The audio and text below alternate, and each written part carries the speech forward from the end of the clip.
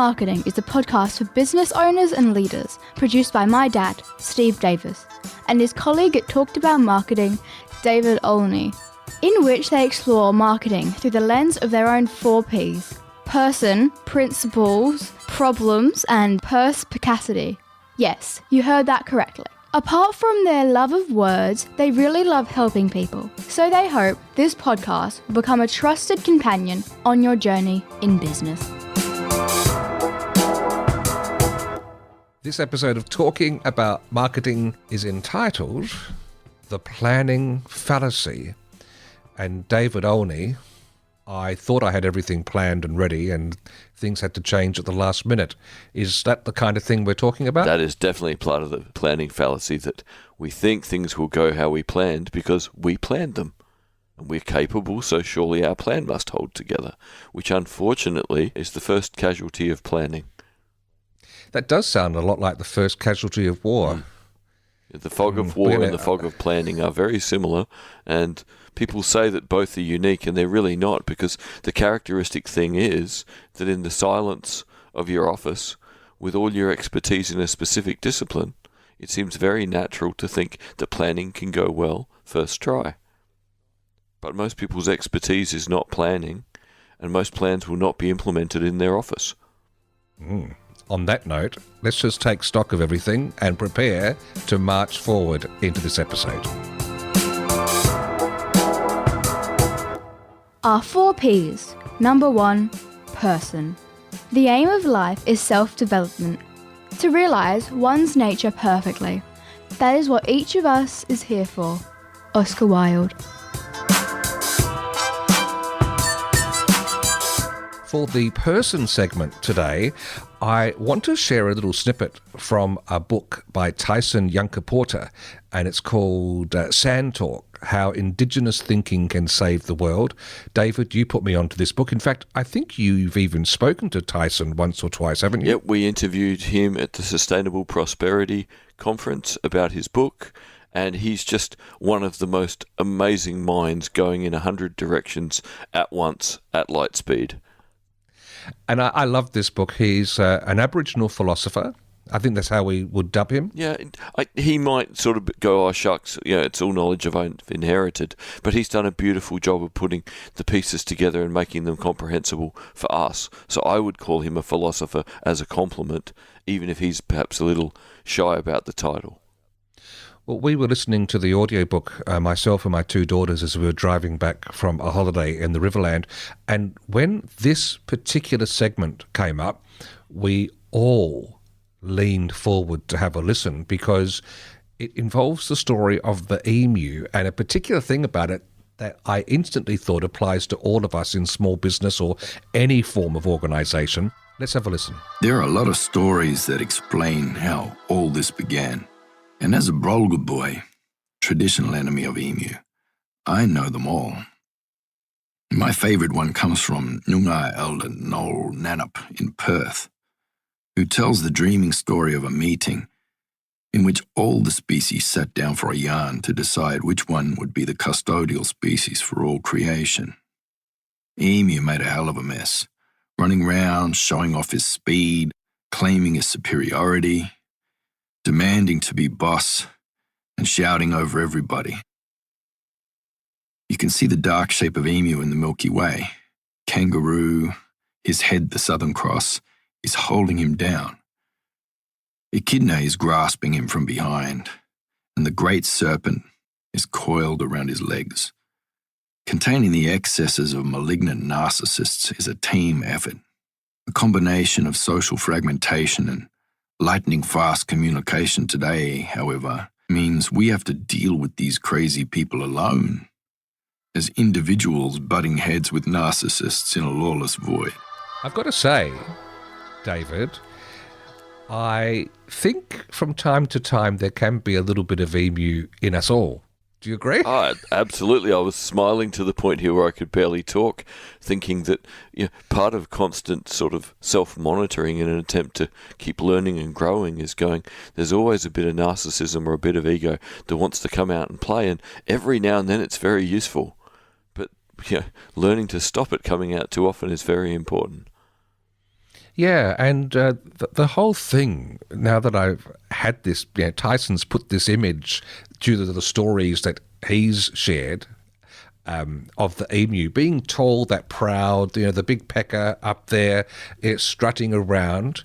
It is a sort of that number one A-type character that you do see in some workplaces. And the reason I wanted to share it here is I think little reminders of this from time to time can just help us keep in check if in our business, with our staff or in our families or with customers or going out to talk even, we embody too much of the emu in this particular telling and isolate people.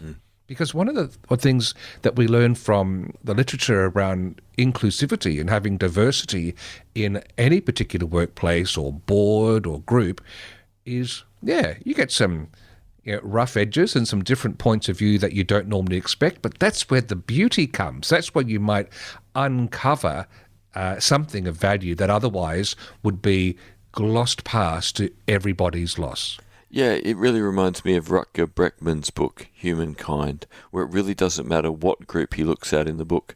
Most groups, given the opportunity, come up with a conclusion where everyone wins and everyone feels included and everyone likes being in there because they're open to listening and moving past friction. Whereas it seems if we get too many alphas making too much noise for too long, it ends up being the alphas versus the world, which is often alpha's default setting. And look, when I think about myself, it could be an illusion, but I don't feel like I have that alpha to the max. You might tell me differently. I don't think I do, but I have. It can sneak in, and going to public talking is an example where you kind of muster that, not alphaness, but that confidence to be out there and strut on stage. But it was the talks I've done since hearing this passage from the book, I've gone into my talks with a completely different mindset, one of humility and really wanting to serve and wanting everyone to come out enriched, not judging its success by whether or not I was popular or funny. And I actually think it's made my presentations better. It's a very good thing to get your head around. Of all the years I was lecturing, you have to go in there as an expert, but being an expert doesn't give you any right to be arrogant. And you realize as time goes on that the people who can do public speaking and sound like an expert, but also sound like they're opening to listening and learning, they're the people that audiences want to talk to at the end of a talk. The ones who get on stage and are an expert but are arrogant about it, everyone by then goes, well, okay, I guess I've learnt what I want to learn or can learn. Don't want to talk to them now. And people tend not to stick around and want to talk after. So you really can normally detect the difference between people who are willing to be experts and humble and people who demand to be recognised as experts and also feel the need to be arrogant. Yeah, awareness of our intention is key, because everyone else can pretty much discern our intention anyway. So I thought I'd just share that for the opening segment, where we look at the person of the business owner or the leader. And I'll finish this with a little quote, because what Tyson does is use a lot of symbols through his book. And the symbol he chose for the emu, I think, is quite telling and a great reminder. It's the greater than symbol.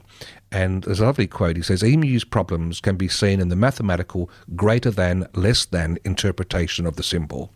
Emu's a troublemaker who brings into being the most destructive idea in existence. I am greater than you. You are less than me. This is the source of all human misery. And I think it's also the source for suboptimal productivity, really.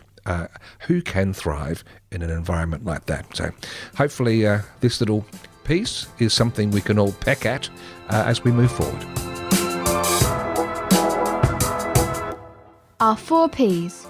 Number 2, principles. You can never be overdressed or overeducated. Oscar Wilde.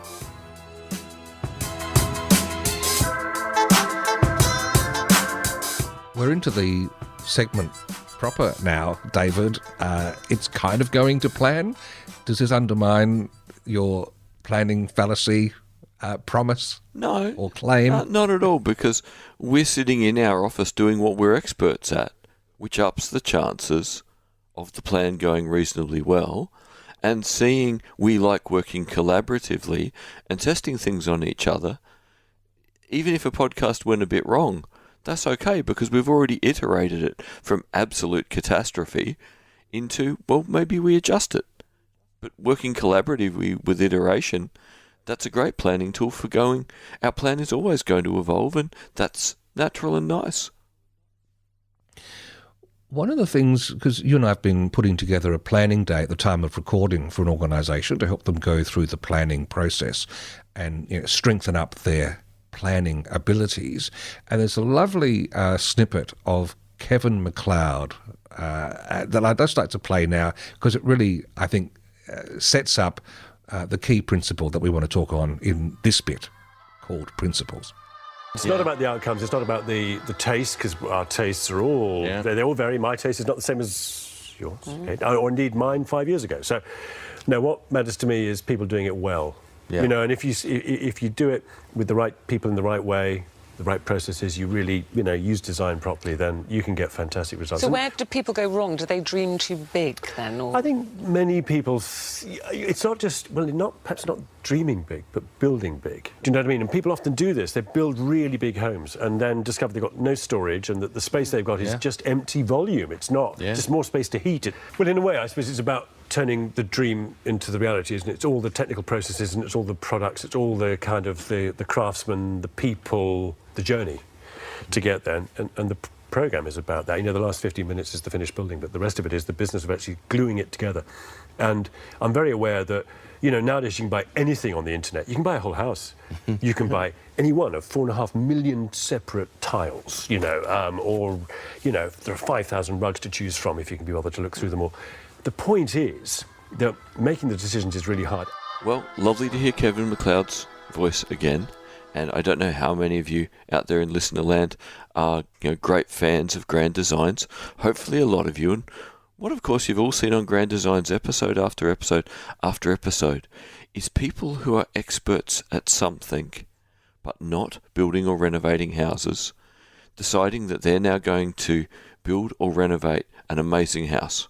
And every time Kevin begins the episode with going and chatting to them and goes, that's very ambitious.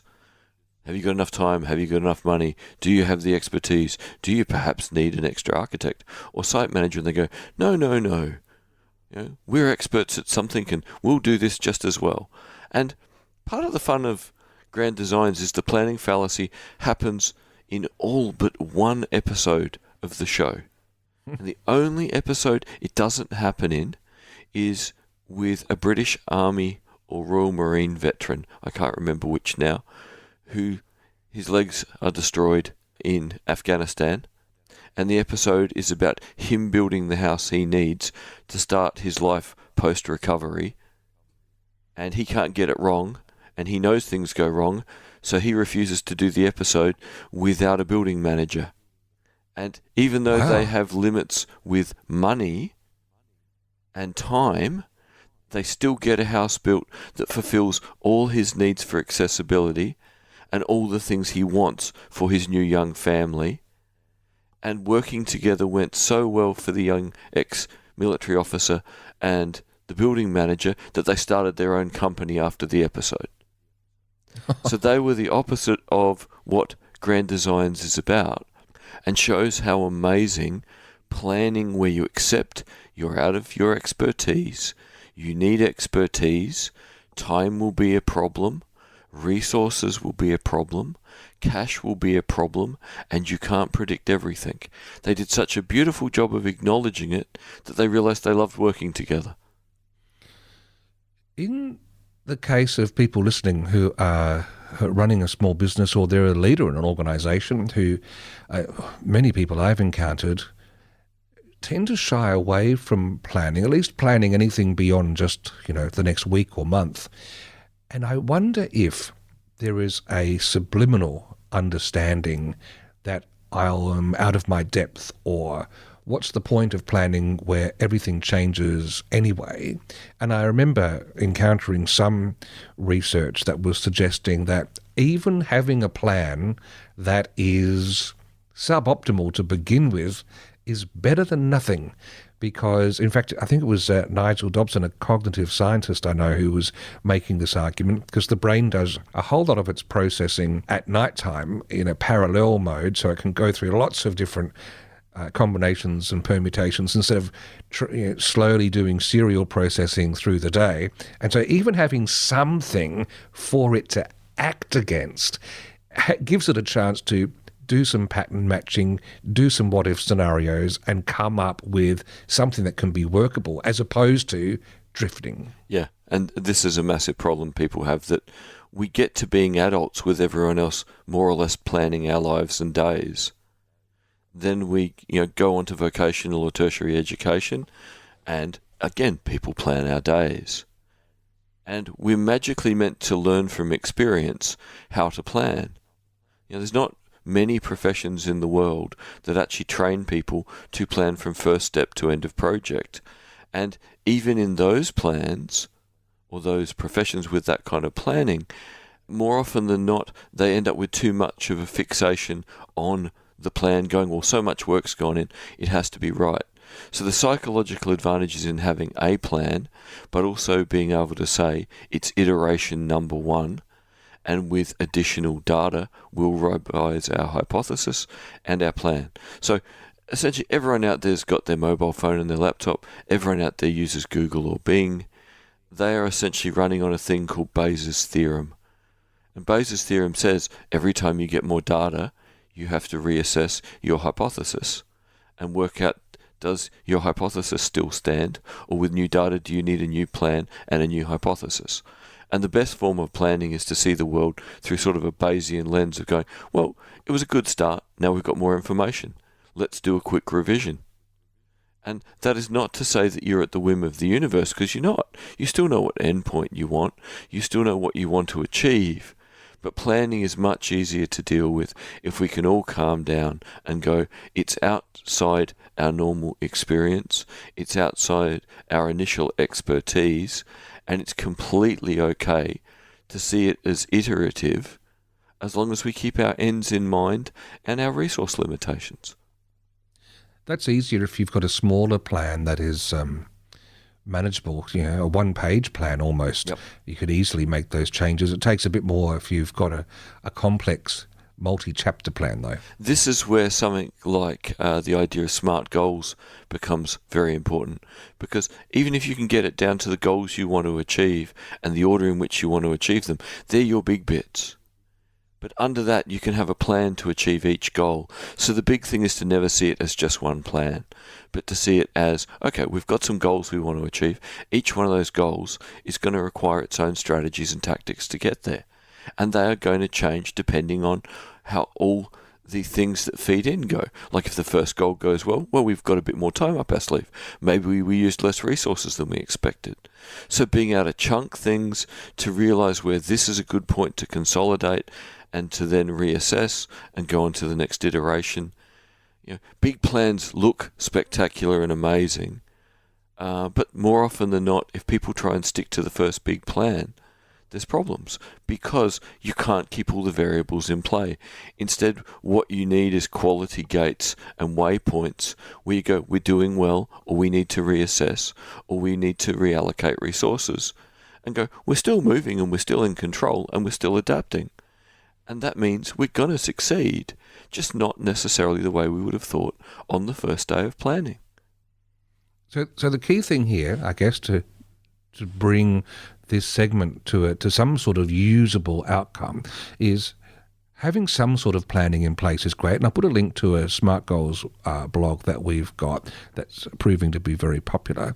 And the second thing is to understand that it's okay to revise, in fact, almost important, to hold our plans loosely so that they guide us while we're active, and as new information comes in, it's okay and in fact good and proper to refresh them, shift them, make them respond to what we've learned that's new. Exactly. The easiest way to think of this is it's the opposite of all your years at school where you were meant to get it right first try. And just at a practical level, if you think through all the things that we've putting into this planning day, is there a do-it-yourself exercise that our listener could go away with and just start getting their brain lined up? Because we're going to come back and revisit planning in future episodes from different angles of it. What would you think is a first little do-it-yourself, dip your toe in the water exercise? The best single tool to make you feel safer and braver about planning is a tool Gary Klein created called the pre-mortem. So a post-mortem is someone's died and we want to know why. Gary Klein's idea of a pre-mortem is your plan has failed.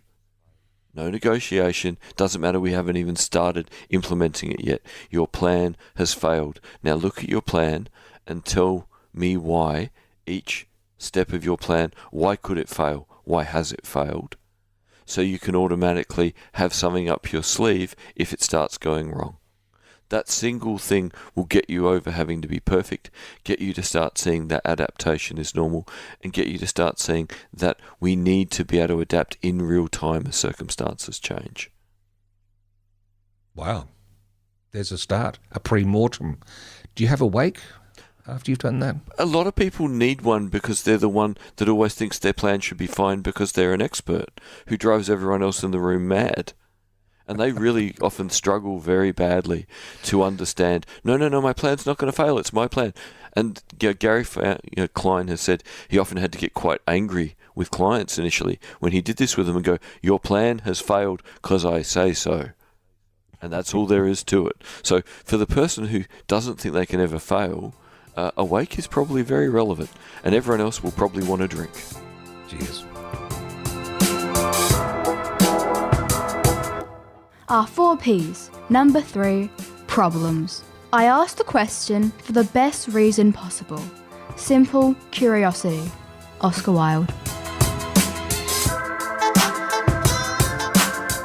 David, I got an email only a few days ago at the time of recording from a bloke up in Darwin. Not a random person. This is John from Dunwright's Air and Electrical.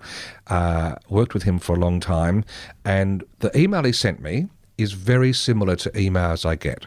And it was this. Hi, Steve. I've just looked for the login for the website, unable to find it. With all websites, you have got the option on the login screen to click forgot or lost my password, and there's some sort of reset process you can go through.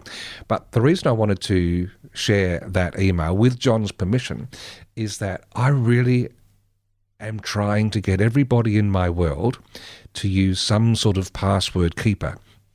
And by a password keeper, I'm talking about a bit of software which you open up, that you pay for typically, and you have one magnificently tricky password that you will commit to remembering.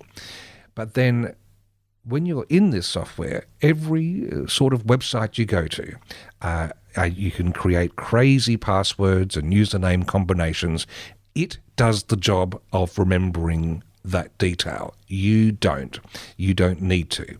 Your job is to remember the key to your password safe, and whenever you're online with the password safe active, whether that's on your phone or a computer, you go, it prompts you to log into a site, and you will have it able to be filled in from your password safe, whatever you use. I use one called Dashlane, but there are many others out there, and this is, I think, increasingly important because it is a vicious world out there with all sorts of scams to steal our passwords from.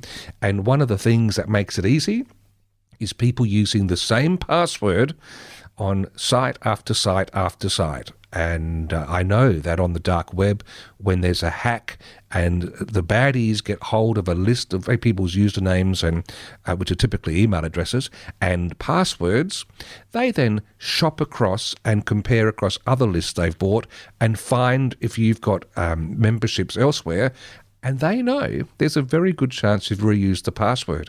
It is the moment of truth now. We cannot any longer go on in the way we used to in the naive days. So just from a due diligence perspective, that means someone you share a login with to your website, if they have admin access and they don't have a secure way of holding their passwords, there's the weak link. You might be doing the right thing, so we need to embody this across all organisations. You with me, David? I hope you are. I couldn't agree more. Even before this technology was available, one of the first things I did when screen reading software came along and I finally got accessibility to computers in 1997 is start a Word document with a ridiculous password in which all my username and passwords for everything for the next 15 years went, where I would make sure no two usernames and passwords were the same manually before this kind of technology became available. So even in the manual world, I was the weirdo who remembered the one big password to get into my document that was doing for all those years what these software packages do now. Yeah, and one of the things that I heard on a recent podcast, I might play a snippet at a future episode when we come back to this, was that an interview with a hacker, and he was saying that where people have used the same username over and over again as well, that just makes it one step easier. Yep. So even changing up our usernames when we can, not just our passwords, just makes it a little bit harder for those, hideous scourges of humanity to get in and undermine our businesses, which they could do, or our personal accounts or reputations if we don't make it that extra step harder. So thanks to John, he's triggered me to go on the warpath again about making a very important job this week to go researching. So Dashlane I pay for an annual account and it's active across all of my devices and I can sleep well at night. Our 4 Ps. Number 4. Perspicacity. The one duty we owe to history is to rewrite it. Oscar Wilde.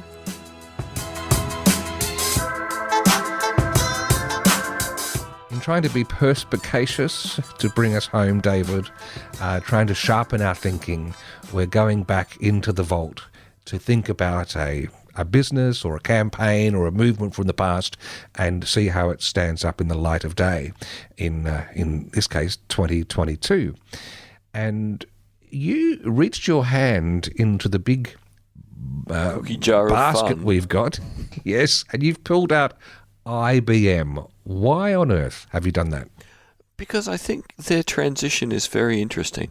They started off as a company who made amazing hardware and recognized that making these big, huge mainframes was becoming less and less relevant to more and more people, that the majority of people were going to buy a PC and have it on their desk.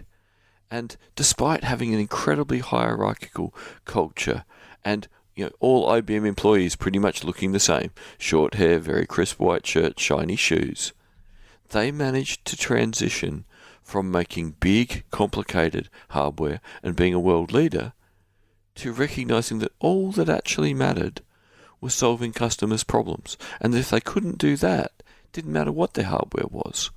So I just think that is such an interesting transition for a company to acknowledge that the market they've dominated has changed so dramatically, but if they adapt in the right way, they will forever be at pace with the change in what their consumers need and where the market's going.